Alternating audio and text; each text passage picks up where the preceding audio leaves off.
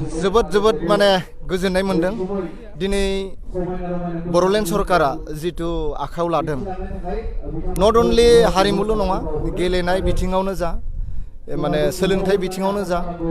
आरो जायखिजाया बिजनेस लाइनावनो जा फालांगियारियानो जा बा आबादारिफोरनियावनो जा मोनफ्रोमबो बिथिङाव बिथांमोना नोजोर होनानै खामानि मावनो नाजादों आरो दिनै बिनिनो मोनसे नैबे हारिमुवाबो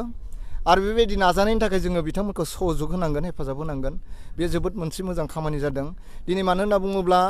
जोङो हारिमु होनना बुङोब्ला बर'नि हारिमुवा जथेस्थ'खिनि जों माने दुखिया होनना बुंजायो माने जों गावबा गाव माने बिथांमोना गोबां मेथाइ खनो गावनि थाखा फैसा गारनानै मेथाइ खननो बा रेकर्डिं खालामनो गोनां जायो दिनै मोनसे बेबायदि प्रग्राम खुंनो गोनांबा गोबां थाखा फैसानि गोनां जायो दा बेखौ माने बिटिआर गभर्नमेन्टआ जे बर'लेण्ड सरकारा दा सोलिबाय थानाय सरकारा जिहेतु आखायाव लादो खुंनाय बे थारैनो जोबोद बाख्नायथाव आरो मोजां जादों निस्सय बेबायदि जुदि हाबाफारिखौ जुदि फैबाय थानाय समफोराव लाबाय थायोब्ला निस्सय नै बिथांमोन बायदि रोजाबगिरि जेसेबांखिनि मोसानो फैदों जोंनि बे मोसानाय दामनाय देनाय रोजाबनाय मालाबाबो थैना थांनाय नङा थांनानै थागोन माखासेया नाथाय बेबायदि प्रग्राम खुंनायखौ साबजायाखै जायनि जाहोनाव बिटिआर सरकारा बेबायदि प्रग्राम खुंनानै रांखावरिखौ नस्थ' खालामनो होननानै बुंनो नागिरो मा बुंदों बेखौथ' खायफाया बुंगोन जाय साफा सानै बुंदों बिथांमोना राजखान्थि मुलाम्फानि थाखाय बुंनो हागौ खिन्थु बिथांमोनाबो गोसो सिङाव साननाय दङ जे बियो मोजां जादों खामानिया नाथाय माखासे बे राजखान्थियारिफोरासो उल्थां फाल्थां बाथ्राफोरखौ बुखिलायबाय थायो जोंहा बेयाव अरजाया सोरबाया बुङोब्ला जे जोंनो मोजां खामानिखौ नांगौ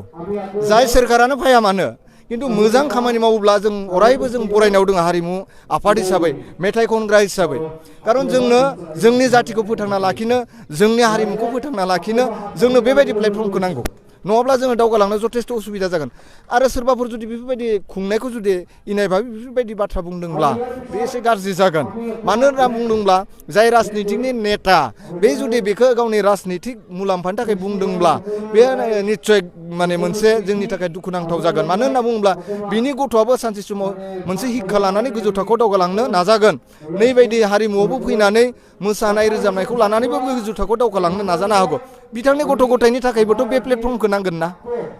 बे बाथ्राया दा नै जों नोजोर होनानै नुयो जे आवगायाव दिनैनिफ्राय गथ' बोसोरजों उन्दैनि सिगांनिफ्रायनो गोबां रेडिअ'आव मेथाइ खनगिरि दंमोन केसेट खनगिरि दङ नाथाय बिथांमोनखौ खबर लानाय जों नुवाखैमोन रावखौबो आरो बे IBSC होनना बुंदों इन्डिभिजुवेल बेनिफिसियारि स्किम जायफोरखौ एसे एनैबाबो अनसुंथाइ होनो थाखाय बिटिआर गभर्नमेन्टआव मोनसे आसुनि दङ नाथाय बे आसुनिखौ जों मिथिनानै मोनामोन आर्टिस्टफोरा किन्तु दिनैनि तारिखाव नैबे सोरखारनिफ्राय जोंनि आर्टिस्टफोरखौ फन खालामनानैब्लाबो सोंहरदों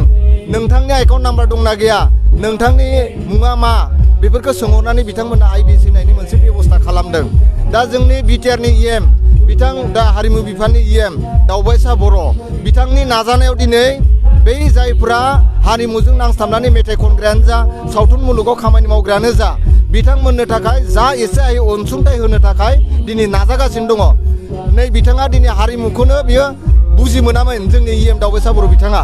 नाथाय दिनै बिथाङा हाबसननानै मिथिबाय हारिमु बिथिङाव बेसेबां बेग जानानै दङ नाथाय बिथाङा दिनै ओरैबायदि नाजाथाबदों मावनो गोजौ थाखोआव लांनो थाखाय आरो जोङो बै समाव थानाय जिथु सोरखार दंमोन BTC सरखार खुंबाय थादोंमोन बिथांमोनखौथ' जोङो नैबायदि हारिमु बिथिङाव बिदि माने गोसो होनानै खामानि मावनायखौनो जों नुफेराखैमोन जों माने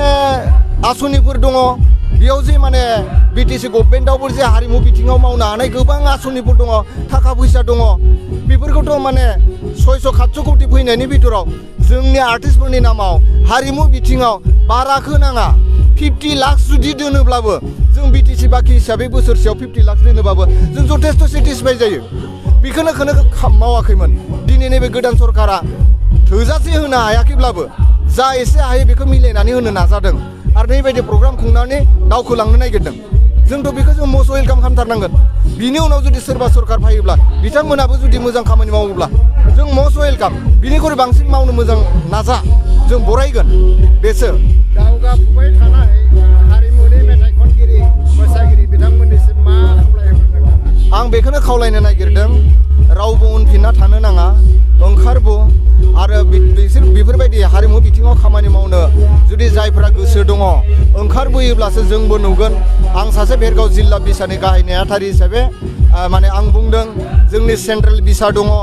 जिल्ला बिसा दङ गाहाय थाखोआव खामानि मावग्रा दङ बयबो ओंखारबो नै नितामुनि दङ इलिसा दङ सिमां दङ कपिल सरकारि सन्जितमोन बायदि दङ बिथांमोनजों जुगाजुग लानानै खामानि मावनो ओंखारबो रोजाबनो ओंखारबो निश्चय बिथांमोना लांफागोन जोंबो हानायसिम जोङो माने हेफाजाब होगोन जिहेथु दा सोरखारा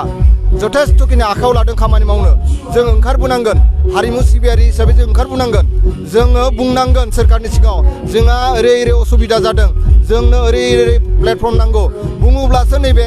सोरखारा मिथिगोन अब्लासो खामानि मावनो मोजां जायो नों जुदि ओंखाम उखैदोंब्ला ओंखाम उखैदों होनना बुङाब्ला रावबो नोंथांनोथ' माने ओंखामखौ खुरनानै जासिबाय थाया खोनसेखौ बुंनो हागौ खोननै खोनथामथ' जासिबाय थाया बेनिखायनो आं खावलायदों दा उथिफुनाय जेसेबांखिनि मेथाइ खनगिरि दङ बिथांमोना जाहाथे नैबायदि खामानिफोराव आवगायबोनांगौ रोजाबनो ओंखारबोनांगौ खामानि मावनो नाजानांगोन सोलोंनांगोन ओरैनो बे आं फां आल्टुं फाल्टु बे माबा रिल्स बानायनाय माबा बानायनाय बेजोंल' जानाय नङा एसे मोजां एसे नियम नितिनि गेजेरजों थांनो नाजानांगोन जोङो खनले जोङो गोजोननायखौ फोरमायदों दा जिथु बड'लेण्ड सोरखार जाय सालायबाय थादों बिथांमोनखौ जों साबायखर बावदों आरो बिखेखय नैबे भेरगाव ओनसोलाव जथेस्थ'खिनि माने मेथाइ खनगिरियानो जा मोसागिरियानो जा सावथुन दिहुनगिरियानो जा गोबां दङ दामगिरियानो जा गोबां दङ आरो बेबायदि जायगायाव दिनै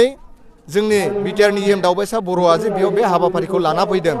बिथांसिम जों जोबोद साबायखर बावदों हारिमु आफाद बा बिसानि जानानै आरो गेलेगिरि हिसाबै भेरगाव ओनसोलाव गोबां दङ ओरैबायदि दङ बेखौ दिनै गेलेनानै गोबां साख्रि मावलांनाय दङ दिनै नितामुनिमोन बायदि इलिसानै सिमांनै कपिल सन्जितमोन बायदि फुकनमोन बायदि धनन्जय बर' आरो मोनसोम बर'मोन बायदि बिथांमोन बायदि गोबां मेथाइ खनगिरि दङ बेखौ नोजोर होनानै दिनै जोंनि बिटिआरनि हारिमु बिथिंनि EM सार दावबायसा बर'आ जे बेयाव लानानै फैदों बे जोंनि थाखाय जोबोद बाख्नायथाव मोनसे गोसोआव बोलो फैदों सोरखारनि बेबायदि खामानि मावनायखौ नुनानै